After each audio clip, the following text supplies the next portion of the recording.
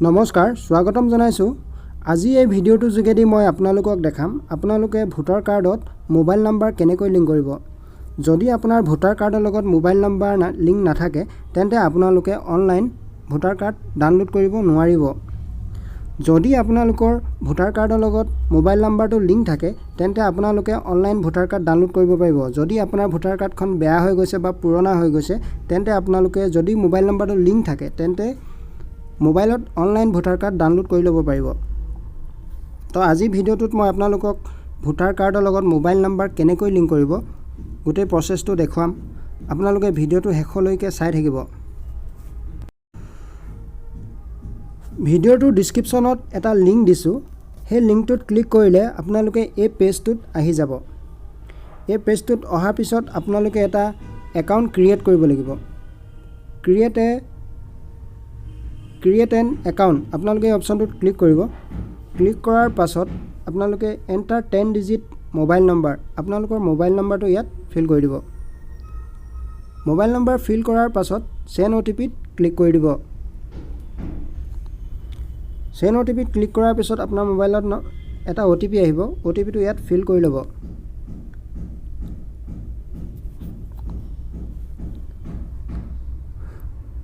ওটিপিটো feel কৰাৰ পিছত আপোনালোকে ভেৰিফাইড ক্লিক কৰি দিব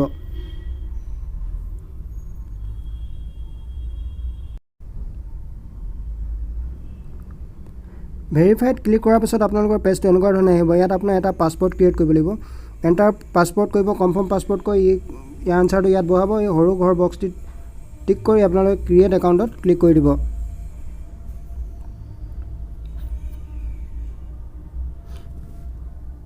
ক্ৰিয়েট একাউণ্টৰ কৰাৰ পিছত আপোনালোকৰ একাউণ্ট ক্ৰিয়েট হৈ যাব ইয়াত ওয়েলকাম বুলি আহিব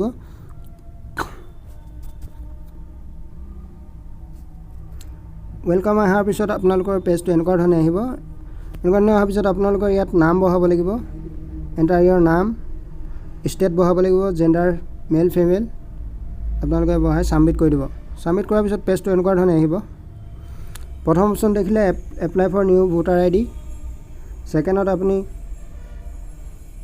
কাৰেকশ্যন কৰিব পাৰিব থাৰ্ড অপচনটো delete of voter ID delete কৰিব পাৰিব আধাৰ লিংক কৰিব পাৰিব তো মোবাইল নাম্বাৰ লিংক কৰিবলৈ আপোনালোকে কাৰেকশ্যন ইন ভোটাৰত ক্লিক কৰিব লাগিব কাৰেকশ্যন ইন ভোটাৰত ক্লিক কৰাৰ পাছত এনেকুৱা ধৰণে পেজটো আহিব নো আই উইণ্ট টু সাবমিট ফেচ এপ্লিকেশ্যন ইয়াত ক্লিক কৰিব ক্লিক কৰাৰ পিছত ইয়েছ ফ্ৰম নিউ এপ্লিকেশ্যন ইয়াত ক্লিক কৰিব তাৰ পিছত আপোনালোকে লেটছ ষ্টাৰ্টত ক্লিক কৰি দিব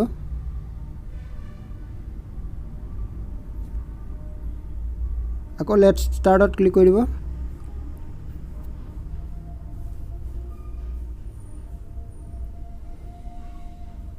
ক্লিক কৰি দিয়াৰ পিছত আপোনালোকৰ ইয়াত দুটা অপচন আহিব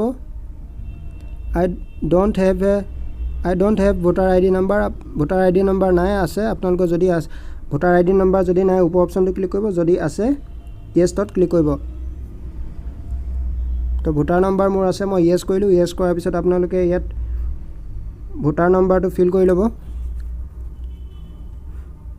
ভোটাৰ নাম্বাৰটো ফিল কৰাৰ পিছত আপোনালোকে ফেচ ডিটেইলছত ক্লিক কৰি দিব ফেচ ডিটেইলছত ক্লিক কৰাৰ পাছত তললৈ স্ক্ৰল ডাউন কৰিব তাৰ পিছত প্ৰচিডত ক্লিক কৰি দিব প্ৰচিড অপচনত ক্লিক কৰাৰ পিছত আপোনাৰ আইডি ভোটাৰ আইডি ডিটেইলছ ইয়াত শ্ব' হৈ যাব শ্ব' হৈ যোৱাৰ পিছত আপুনি তললৈ স্ক্ৰল কৰিব স্ক্ৰল কৰাৰ পিছত সেভ এণ্ড কণ্টিনিউত ক্লিক কৰি দিব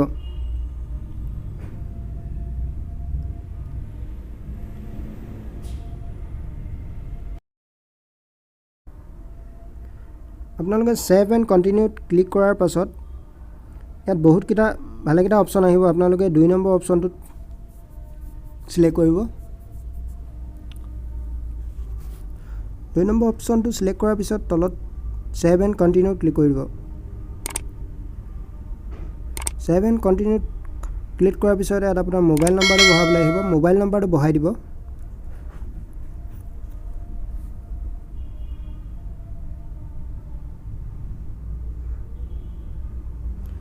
মোবাইল নম্বৰটো বহুৱাৰ পিছত সেন্ড OTP ত ক্লিক কৰি দিব।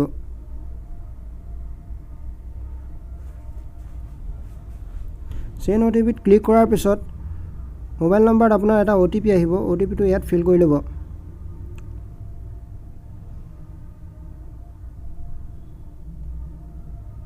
OTP টো ফিল কৰি লোৱাৰ পাছত ভেৰিফাইড ক্লিক কৰি দিব।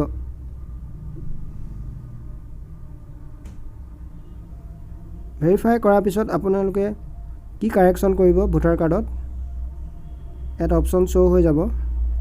তললৈ স্ক্ৰল ডাউন কৰিব। ইয়াত মোবাইল নম্বৰ যেহেতু কাৰেকশ্যন কৰিব লাগে, মোবাইল নম্বৰ আপডেট কৰিব লাগে, তো আপোনালোকে মোবাইল নম্বৰ কাৰেকশ্যন এই অপশ্যনটোত ক্লিক কৰিব। ক্লিক কৰাৰ পাছত সেভ এণ্ড কণ্টিনিউত ক্লিক কৰি দিব। সেভ এণ্ড কণ্টিনিউত ক্লিক কৰাৰ পাছত আপোনালোকৰ পেজটো এনেকুৱা ধৰণে আহি যাব। আপোনালোকৰ য়েছ আই হেভ আধাৰ নম্বৰ, আপোনালোকে এই অপশ্যনটোত ক্লিক কৰিব যদি আধাৰ কাৰ্ড আছে। যদি নাই তলৰ ঘৰটোত ক্লিক কৰিব। তো মোৰ আধাৰ কাৰ্ড আছে, মই য়েছ আই হেভ আধাৰ নম্বৰ ক্লিক কৰি লওঁ। ক্লিক কৰি পিনি আপোনালোকে এণ্টাৰ ইয়ৰ আধাৰ নম্বৰ, ইয়াত আপোনাৰ আধাৰ নম্বৰটো বহাব লাগিব।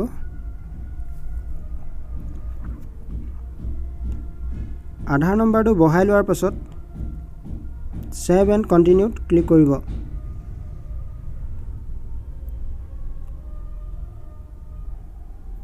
সেভ এণ্ড কণ্টিনিউত ক্লিক কৰাৰ পিছত আপোনালোকৰ প্লেচ নেম, গাঁও বা চহৰৰ নামটো বহাই দিব। নেম অফ দ্য এপ্লিকেণ্ট, আপোনাৰ নামটো বহাই দিব। যাৰ ভোটাৰ কাৰ্ডত মোবাইল নম্বৰ লিংক কৰি আছে তাৰ নামটো বহাই দিব। বহাই দিয়াৰ পাছত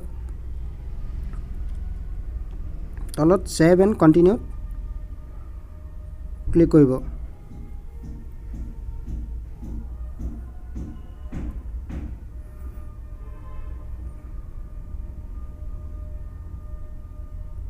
সেভ এণ্ড কণ্টিনিউত ক্লিক কৰাৰ পাছত আপোনাৰ ফৰ্মখনৰ ডিটেইলছবিলাক আহি যাব। ইয়াত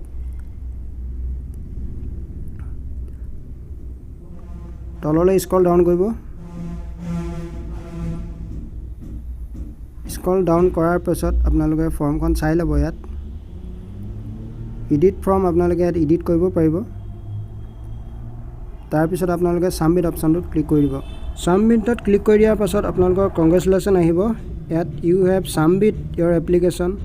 আপোনালোকৰ ভোটাৰ কাৰ্ডৰ লগত মোবাইল নম্বৰটো লিংক হৈ যাব। আপোনালোকৰ তলত এটা ৰেফাৰেঞ্চ নম্বৰ আহিব। এই ৰেফাৰেঞ্চ নম্বৰটো আপোনালোকে কপি কৰি ল'ব, তেতিয়া আপোনালোকৰ ষ্টেটাছ চেক কৰিব পাৰিব। তো ভিডিঅ'টো ইমানেই আছিলে। যদি ভাল লাগিলে ভিডিঅ'টো লাইক কৰি দিব। চেনেলটো যদি ছাবস্ক্ৰাইব কৰা নাই তেনেহ'লে চেনেলটো ছাবস্ক্ৰাইব কৰি দিব।